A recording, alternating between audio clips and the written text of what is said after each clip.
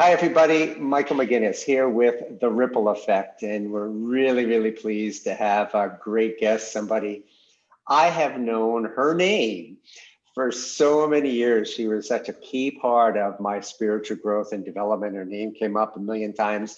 She may not remember, but I contacted her during a very critical time in my life as I was going through a lot of awareness and the fallout that was coming from that.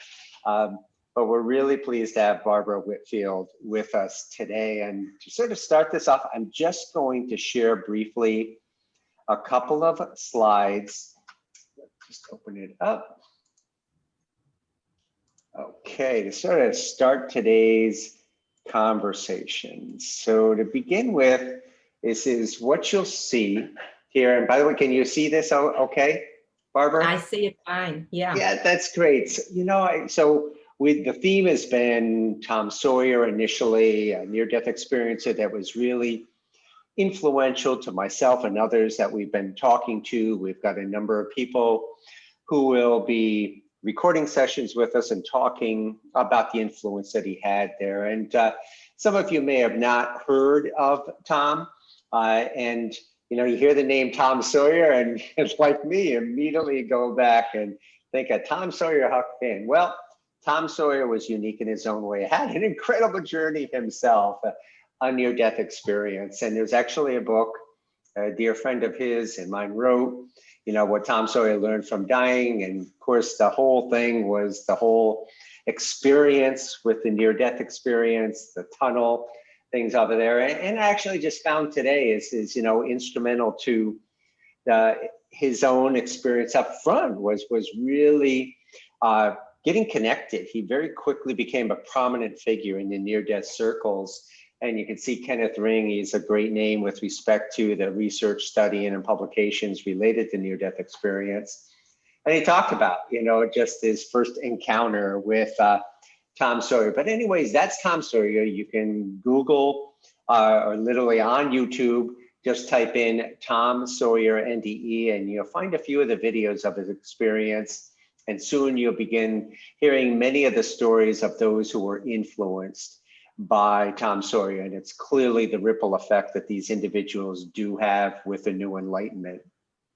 Today, as I mentioned, we are bringing with us Barbara Whitfield, and it's a real pleasure. She herself has some books on the topic, has been very involved with the near-death circles and communities and conferences. And it was really interesting. Because Barbara, this is what sort of triggered it for me. I'll show this in a little minute, but I saw this is Barbara Harris Whitfield, the author of several scientific papers, as well as 2 books, Full Circle. Well, I'm gonna come back to that in a minute because I just wanted to point that out because a little coincidental or synchronistic thing just happened to me just before having this session related to that.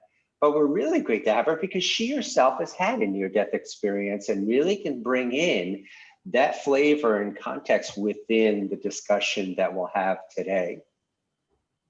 In any case, this is an image that she had sent, and I thought this was absolutely outstanding. And I'm gonna let her, as we turn it over to her in just a moment, begin by just sharing what this photograph is and about, because I think there's a real history to it as I understand that.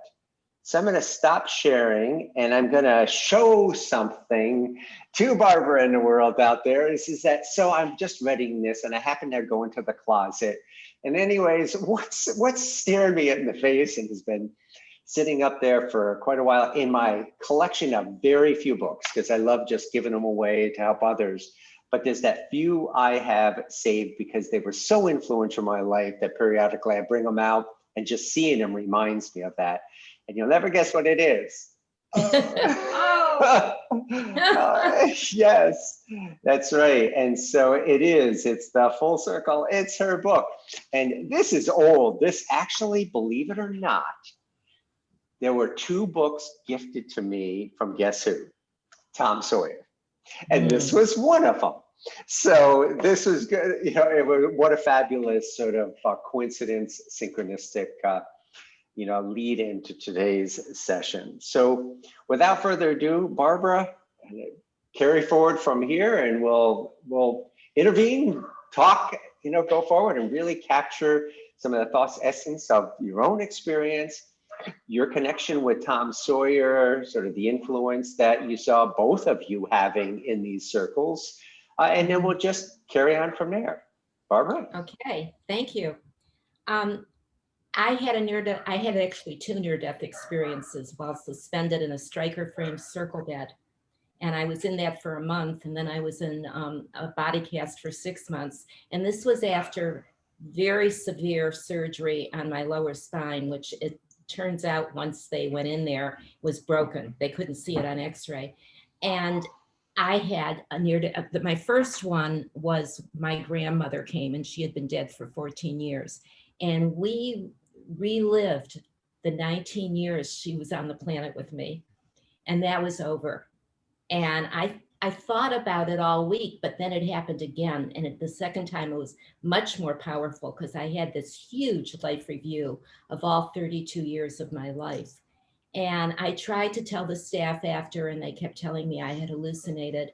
And while I was in the body cast, I went to see a psychiatrist to tell him because I wanted to know what this was. And he told me that I was depressed, and he wrote me a prescription for antidepressants and told me when I got out of the cast and got through physical therapy to come on back, because what I really wanted to do was go into psychoanalysis. So I didn't talk about it anymore. That was it. And I never took those pills. And then I started volunteering at the hospital where I had been. And pretty soon they figured out that I was really good with dying patients. So in my volunteering, whenever somebody was about to pass, they would call me. This was before hospice. And I would sit with the person while they were dying. Anyway, that became my life. I was just so enthralled with being with dying people to help them pass. And one thing led to another, a lot of synchronicities, and I met Kenneth Ring. Wound up going up to the near-death hotel, which was Ken's house. It was a beautiful old mill house on a river right outside of the Storrs campus of University of Connecticut. And he interviewed me for 4 days. And I left, but it was hard because I hadn't told many people because they would roll their eyes. And here for 4 days, I kept telling this man what had happened. And there are no words, you have to find words. But he helped me find words. And a few months later, I met Bruce Grayson. We did a TV show together on this. And he invited me to come to his home in Ann Arbor, Michigan, at the University of Michigan, because he wanted to have a bunch of near-death experiencers at his house. And he invited his entire staff in the Department of Psychiatry. So I got there the night before the meeting, and this other fella named Tom Sawyer was there too. First time I was with another near-death experiencer. I mean, little did we know at that point that we would be grouped together and everybody's writing, because both Tom and I had these life reviews. So we had dinner with the Graysons, and the Graysons put their kids to bed, and then they went to bed, and Tom and I sat up all night. It was so amazing to talk to another person that had very similar, and I think besides the life review, which we processed a lot that night, I think the most important part for the two of us when we met was that we could talk about our relationship with God. I mean, until I had my near-death experience, I was an atheist. I had no relationship with God. But there was Tom and there was me sitting up, and we would cry and we would laugh. And when it just became too overwhelming, we would start talking about quantum physics. Do you know his story with quantum? That he went to the library? Yes, and that was one of the many things he couldn't stop thinking about. He remember early on, he talked about me too. Yeah, me math. Too. Awesome. Yeah. And I had just read The Dancing Woolly Masters. Yes. Yes. And he had read a couple books that a librarian had showed him. And then he went to a professor at the local university to ask if he could sit in on his physics class. And the professor said to him, go get this book and read it. And if you can understand it, then you can sit in on my class. And Tom said to him, I already read it. And that was Tom, you know, and Tom did not have a big education. I mean, I don't think he ever went to college, did he? No. But that didn't stop him. He was very, very smart, and he was getting all these things. So we're talking quantum physics, and every once in a while we would start talking about our mates, because my husband at the time, my first husband, didn't believe any of this. He said, she thinks she had a near-death experience. And I believe she thinks she had a near-death experience, but she didn't have a near-death experience. And I know Tom's situation was pretty personal and painful too. So, you know, we would cry about that for a little while, and then we would go back to our life reviews and talk about what that was like for us. Now, I know with Tom, he says he was a rough kid, and he was a rough teenager, and he had to feel all that again. I, on the other hand, had been abused a lot as a kid, physically and emotionally abused. And for me to suddenly have all these memories meant that now I could work them through, because I didn't have those memories before. So anyway, Tom and I sat up all night and we talked about that. And the next day, I think it was 2 more near-death experiencers came, and we sat in an inner circle in Bruce and Jenny Grayson's living room, and we had the staff behind us, and we talked for hours, and it was that same intensity. It was that same heartbroken over the way our families were not accepting it, and at the same time, the awe and the wonder of knowing that there is a God, and it's not an old man with a long white beard. It's an energy. It's an energy source that is so intelligent. I can't even begin to explain the intelligence that this energy has. And Tom and I did a pretty good job of explaining it. And that was it. I didn't see him again for a couple of years. We got together again on the Storrs campus of the University of Connecticut. And every once in a while, we would see each other at meetings. And then Tom died. And to me, that was just like, no, Tom can't die. Tom is so alive. Anyway, and then I called Ken Ring to ask him to endorse my new book. And he told me that Tom had visited him. And he told me the whole story. And this is in my book. I got it right here, The Natural Soul. And the chapter is called Tom Died, or Did He? Because I started having messages from Tom. And the funniest one, I wrote this chapter. I didn't know it was going to be a chapter. And then what's her name? The woman who was the paramedic who took him to the hospital the last time, Cummings, Linda Cummings. She calls me up and she says, desk and this whole thing. So I started to expand it. And finally, I got my chapter done. And I'm driving to mail my chapter to my my editor at my publisher. And this is so hard to explain, but if you ever saw the movie, Oh God, with John Denver and what was his name? George Burns. And George Burns is in the back seat of the car talking, and you know, poor John Denver's white knuckled with God in the back seat. Well, I had Tom in the back seat, and he's telling me the chapter isn't finished. Turn around and go home. So instead of going to FedEx, I turned around and went home. And I had been trying to locate this other woman to interview her because she was part of Tom's story. And I was never able to get her. There was a message on my phone machine that she had just called. So I interviewed her. I inserted into the manuscript what she said. And I said to Tom, okay, this is it. I'm going back. And finally, he let me go back and mail the chapter. So that's Tom. He's still around. I really love the name of the chapter, the title of the chapter. Tom is dead, or is he? I think it was. No, Tom died, or did he? Yes. Because Tom did not die.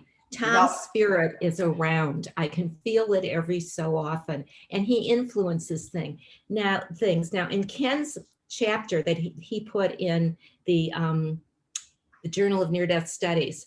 He was having lunch with a couple of fellows that were professors too, or they were on the same board. I don't remember what. And one of these fellows had taken a 10-week course on mediumship. And he explained, and this is such a great visual to contact Tom. He explained a horizon and a telephone. And if Tom is facing us and the phone rings, he may pick it up and communicate.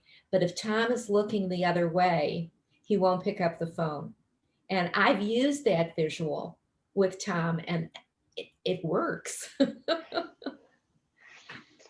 Wow, incredible. In fact, it's so interesting because that, again, really with Tom's dead is really very interesting, because that's the synchronicity. That was really the stimulus behind this, is all of a sudden the name was coming up. I was thinking about it, and I started to realize, is how many people were impacted, included me here. And, there's just those few videos out there, but there's so much more to tell. There's so much more of the story to tell. And I was drawn to really just begin to start pulling out that story. And not only the ripple started, but for me, it was the tsunami effect in a very positive way, being the ripples or tsunamis, is that all of a sudden it was reconnecting with all these individuals who had this connection and were reliving these experiences, and probably in a small way reflects your meeting with the other near-death experiences. All of a sudden the energy was just there.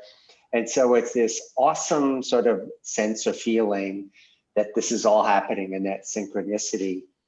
So there's so many ways that we can really take this. You really just spoke, of the Tom we know.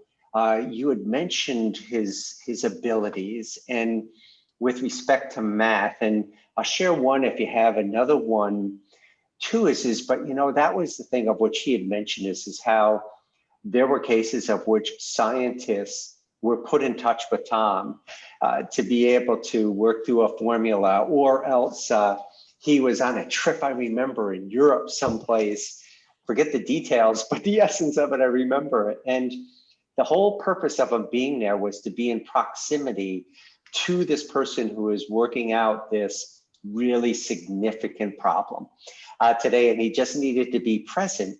And so, those things were really like, okay, how do I even visualize this? It was hard to really do that. But then I started to see firsthand him answering the phone calls. I'd be over at his house, and I'll never forget my favorite story.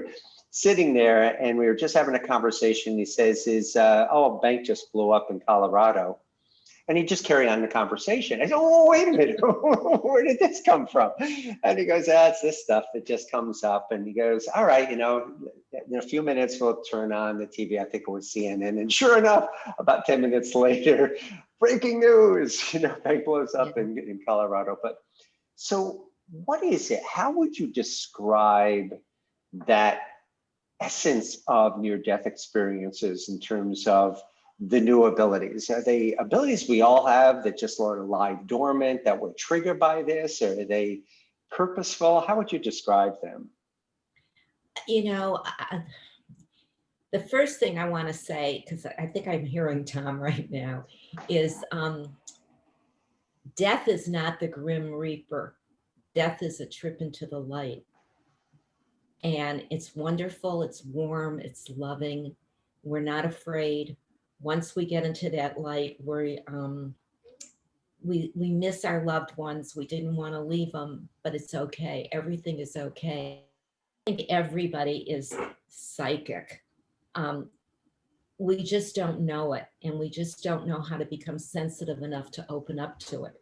And for near-death experiencers, because I worked on the after effects for 6 years with Bruce Grayson, what happens is we don't know how to handle it because we weren't prepared.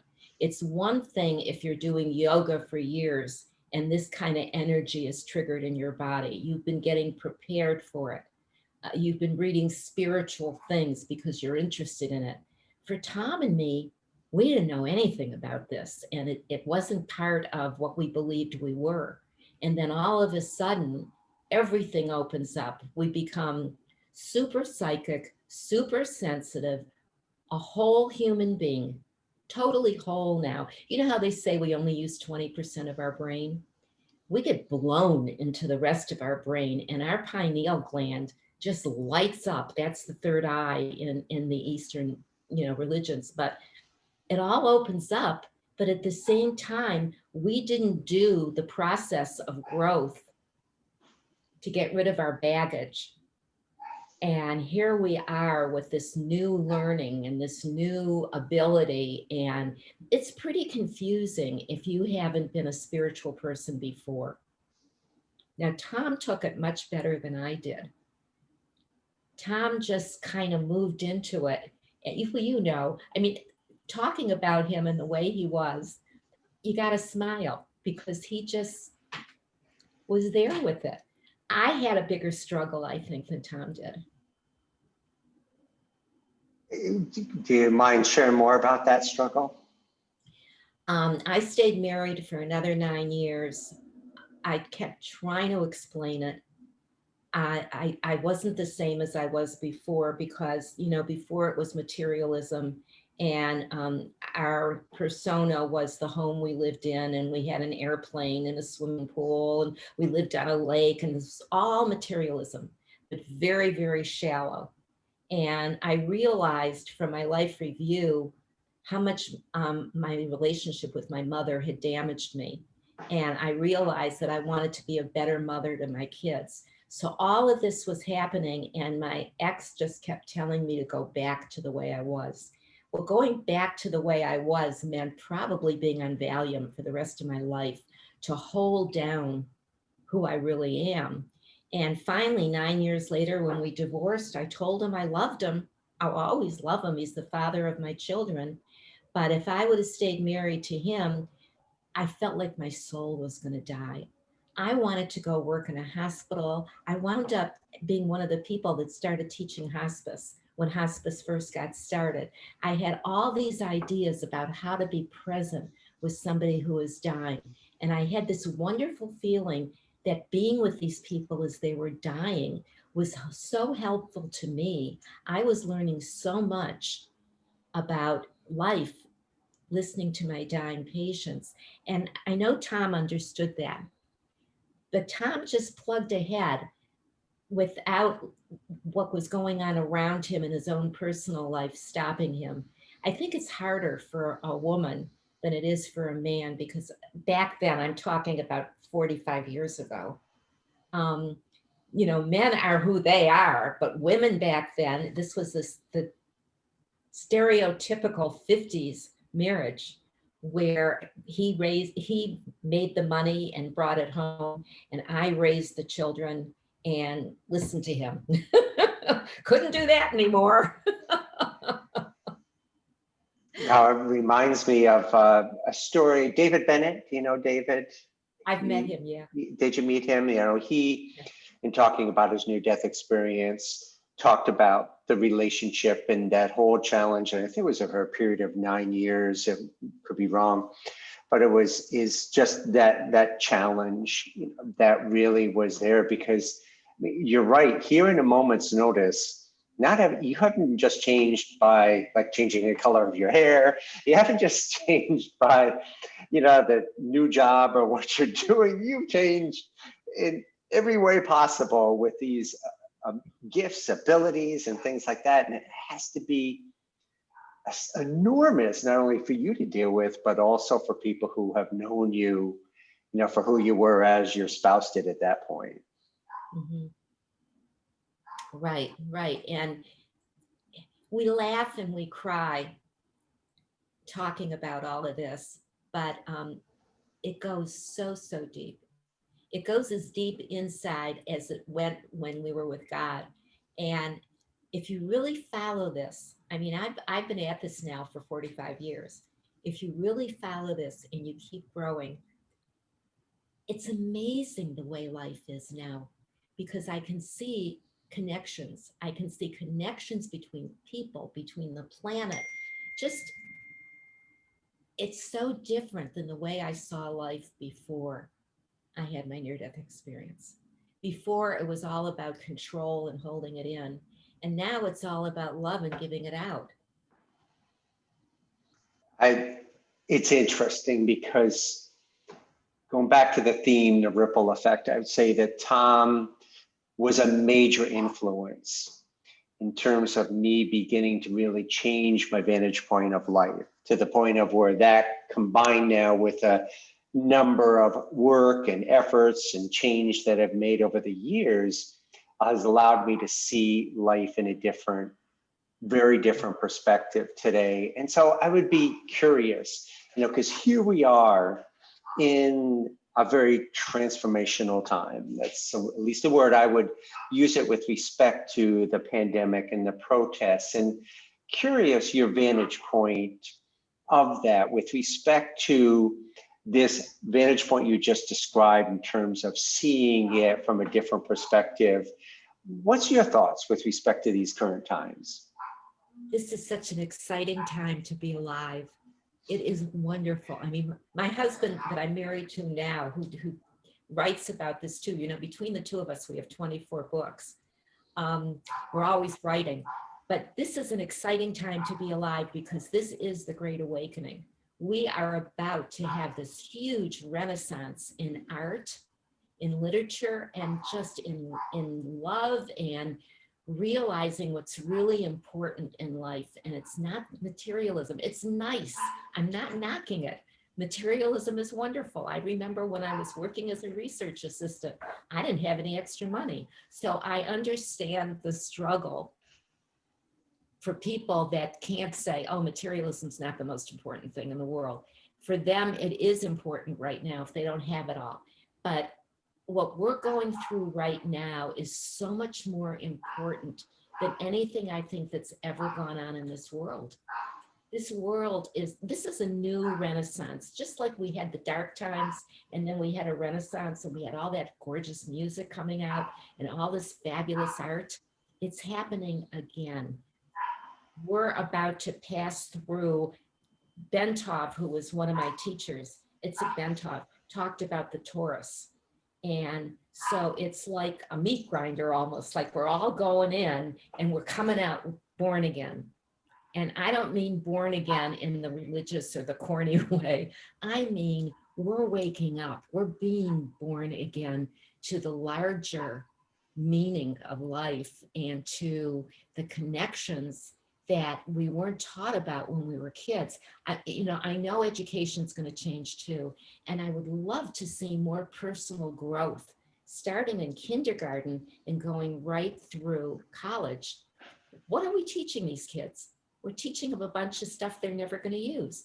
Let's learn about what's inside of us and how to handle that. Let's learn about our creativity. And when we're creative, we're with God and God's with us. This is what's happening in this time. And we're right at the crux. I mean, this election is so important. And I don't want to get into politics, but this election is so important because it's the choice we're going to make. Which way as a humanity are we going to go? Wow, I so much appreciate that. I just recently wrote a post and viewing this and stating that this is a wake-up call to humanity.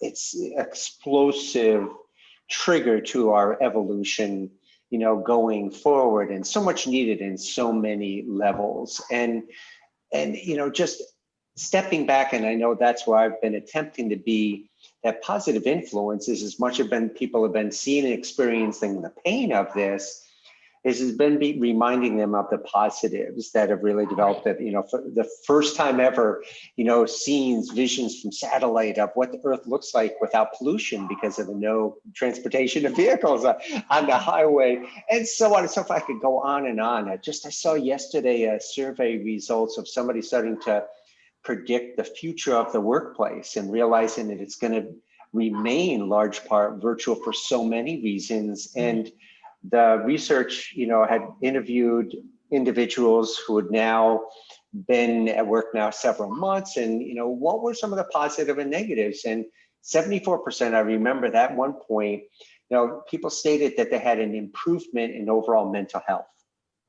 Right? Wow, profound, amazing. And so I agree. But now, and I was influenced because I had the chance and the trigger from people like yourself and Tom to trigger that within me. And I'd say that looking back, that's a true statement. Yes, inside I know it's me at some level, but the trigger was clearly people like yourself, providing this stimulus, this opportunity to wake up in that. And how do you see that with yourself in terms of this ripple effect with other people? How do you explain that? How does that work? Well, the first thing I would think of in that question is synchronicities. When we want to grow, when we want to grab on to what Tom and I were able to grab onto, all we have to say in a prayer is, God, I'm ready, and then watch what happens. It's like the path just opens up. I have one book just on synchronicity because it's so, prevalent in my life. And God talks to us, and God leads us, guides us, gives us hints. But what we have to do, and this is what wake up means, is look around and be aware of all this happening. And the best way to start is to meditate. Now, I know meditation is very hard for most people because it's our monkey brain chattering for 20 minutes. But somewhere in that 20 minutes, somewhere down the line, we get maybe 3 seconds of quiet. Well, over time, that expands more and more and more. And the easiest way to meditate is just to go start at your toes and work up your body, just asking everything to relax. And once everything relaxes, then we can just kind of float. And I've been meditating for 45 years. My husband and I meditate together twice a day. We lie down because we both have back problems. We hold a hand, so we're together, connected, and we're quiet for 20 minutes to a half hour. So it would be that, it would be watching for synchronicities, and prayer is very important. And then, now we have group therapy. My husband's a psychiatrist and I'm a therapist, and together we co-lead groups. And these people are so amazing and they're so brave because they're unpacking their baggage from their childhood. My husband has a bestseller called Healing a Child Within. And that's the kind of work. I know it well. I lived on that book. Oh, incidentally, I happened to marry him. And just being brave enough to look at what you didn't want to look at because it was too painful. And instead of it being painful, you talk about it in a group, and what happens? The pain goes away. You don't have to feel it the way you felt it back then. You just have to acknowledge that you have feelings behind it and let it go. So those are all ways to do it. And to read. I mean, we keep writing books because we know what we know and we want to share it. We just came out with a new book called Dragon Energy. And it's not at all about Trump. We're not talking about Trump. We're talking about this kind of energy where you can just go night and day. And that's the kind of energy near-death experiencers have. You know, we can just go. I'm sure there were days when Tom got 3 hours sleep or no sleep. We can just keep going because first of all, we've taken care of our unfinished business. It's not draining us anymore. And second of all, we just have this zest for life. Life is really great. So that's what Dragon Energy is about. And the other thing I wanted to tell you is I saw this amazing documentary on Netflix called something of My Octopus Friend or My Octopus Teacher. I don't remember, but it was about a man in South Africa who was terribly depressed. And this was his diary over, I think, a year, where every day he would not scuba dive, he would snorkel, and he met an octopus. Now that's a mollusk. And we don't think mollusks, they're worms. By the end of this, that octopus planted itself on his chest, and the two of them just held on for a few minutes. And by the end of this documentary, he not only wasn't depressed anymore, he was able to take what he learned from the octopus and have a relationship with his son. It was as though he had a near-death experience. That's what we learn in a near-death experience, but he got it from an octopus. So I guess my point here is that everything on the planet is here to help us wake up and share love. What a fantastic story. And by the way, just thank your husband for the book, The Healing Child Within. I grew up like you, very traumatic background, a lot of issues. I myself wrote a book on it with the purpose of trying to help others who've gone through that kind of trauma. And you know, just that I lived with that book because that was something that was very instrumental. So again, it's interesting. I just think in our conversation here, how many connections or ripples have we already identified, right? You know, that happened through the course of our lives that now even just relate to two of us and your husband, et cetera. So it's quite fascinating.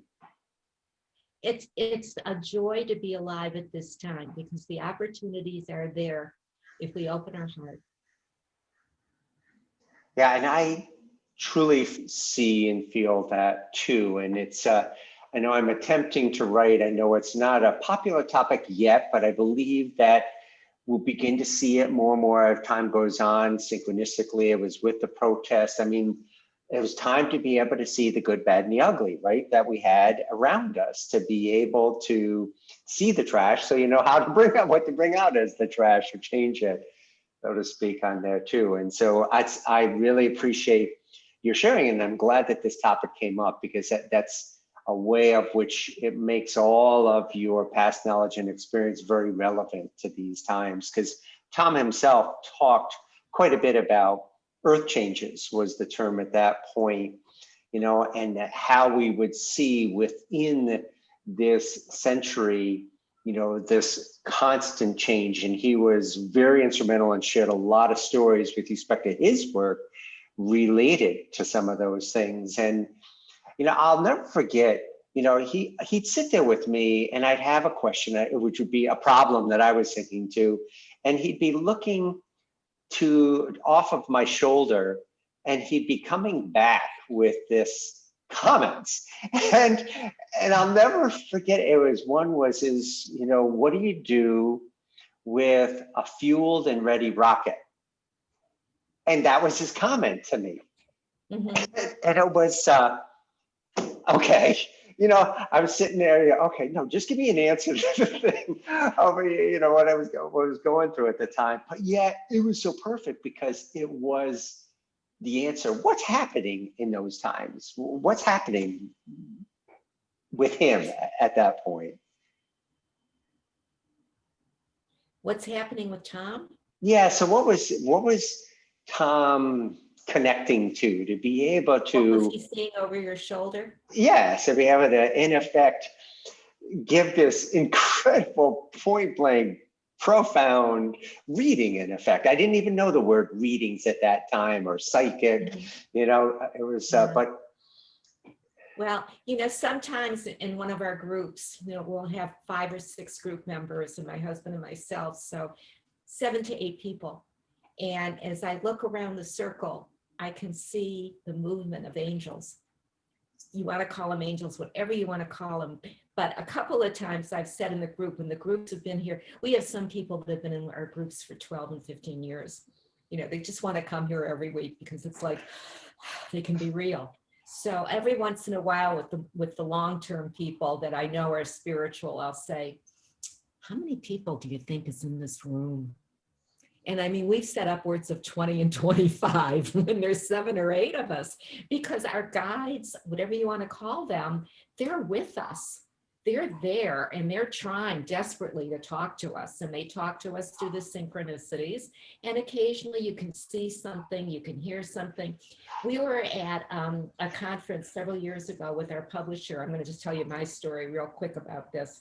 And one of the editors who also did a magazine and who had been very kind to me and done a lot of articles on my books, he introduces us to his wife, who was a very heavy woman in a, a big tent kind of dress. And I saw two souls behind her. And I said, "Oh, do you know you're having twins?" And she looked at me and she said, "I am not pregnant." She turned around and walked away. And I thought, oh my God, what did I just do? I mean, I barely Yes. touched my dinner. She and her husband came back after. They were laughing. Yes, she was fat, but they were adopting twins. The twins hadn't been born yet. And I said to her, "Isn't it wonderful that these souls are following you, not the biological mother? They know already that you're their mother." And I mean, she just lit up because we see things. And Tom knew how to say it better than I did. I really put my foot in my mouth on that one. I'm very careful now. That's terrific. And, because it's character. And I remember on my search, I mean, initially all of that was like, nah, there's such thing, right? And of course that was the mainstream at that time. So it was easy to get people to agree and relate to that. And it was hard to really believe in it. But I can remember, I discovered Dan Chesbrough in The Sanctuary of the Beloved. That was a whole coincidental effect in terms of falling to within the groups and conferences he had hosted. And I was thinking of that synchronicity that you had shared before. So during that time, enough experiences I had outside of the group and things started to help me to really believe, okay, there's really something to this. And then I really wanted to be a part. You had mentioned that, there's this process, I forgot your words, that ultimately get us to say, "God help me," or "I want to help," or how did you say that? What were your words? I think help. Yeah, okay, that's good, perfect. That's a complete prayer. Help. It is. It is. And I just said, help it. And you know what, God, I want to be of help. And there was this ordination as a part of the group. And I remember seeing at one of the previous conferences, attending it. And I said, oh my God, this is a cult, or what is going on? But this time I had opened my mind more to it. I said, I really do. And I felt like, okay, if this is meant to be, then it'll be. And so then I remember meeting somebody at the conference and they said, well, ask for a confirmation. Well, what's that? And they said, ask for something unusual that you can ask that'll help you to, confirm that it's right. And they said, well, all right. And so I love birds. She said a story of a bird, coming to her window. And and so I said, okay, well, here we are in Sedona, Arizona. Somebody had referenced eagles. And so, you know what? All right. Is on the day that the ordination is God, show an eagle, just have me see an eagle, to be the confirmation for me. True story. And again, I feel like these are like, how can I even admit this now? But of course, after enough of these experiences, and sure enough, on that day, an hour before the ceremony, somebody next to me said, look up. There was not only one, but two eagles circling around right over our group. And I just felt the tears. It was like uncontrollable tears, and I knew it was right. And it one of those changing experiences. So I want to read your book on the synchronicities, because I find that to be so. Tom told me that story with the eagle. I've heard that before. He loved that. It was a fascinating connection. I miss him in the physical sense immensely, but yet, he has convinced me that, when we approach that time, I'm ready, able, and willing to go. And there's something after life too, which is the real value that I have seen from those with near-death experiences. So what would you say overall is the purpose of near-death experiences for To let us humanity? know to let us know there's life after death. To not be afraid. I mean, our religions have scared us terribly with this whole Grim Reaper thing, you know, and that's part of the control. But this isn't about control when we die. This is about letting go. And what I do when I help people die is I help them to relax and breathe and let go and look forward to what comes next, not think it's all over. And to me, that's the most important part of the near-death experience. And then for people like me and you, who didn't get the kind of love that we needed as children, all children need love. Not only do we understand now what happened back then, I can even get to the point now where I really pray for my mother.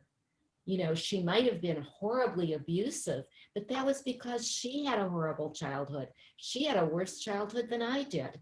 And Bruce Grayson, in his new book, After, is using that story of me and my mother from the Life Review as how I was able to navigate through my pain and hope that my mother is getting the same relief I am.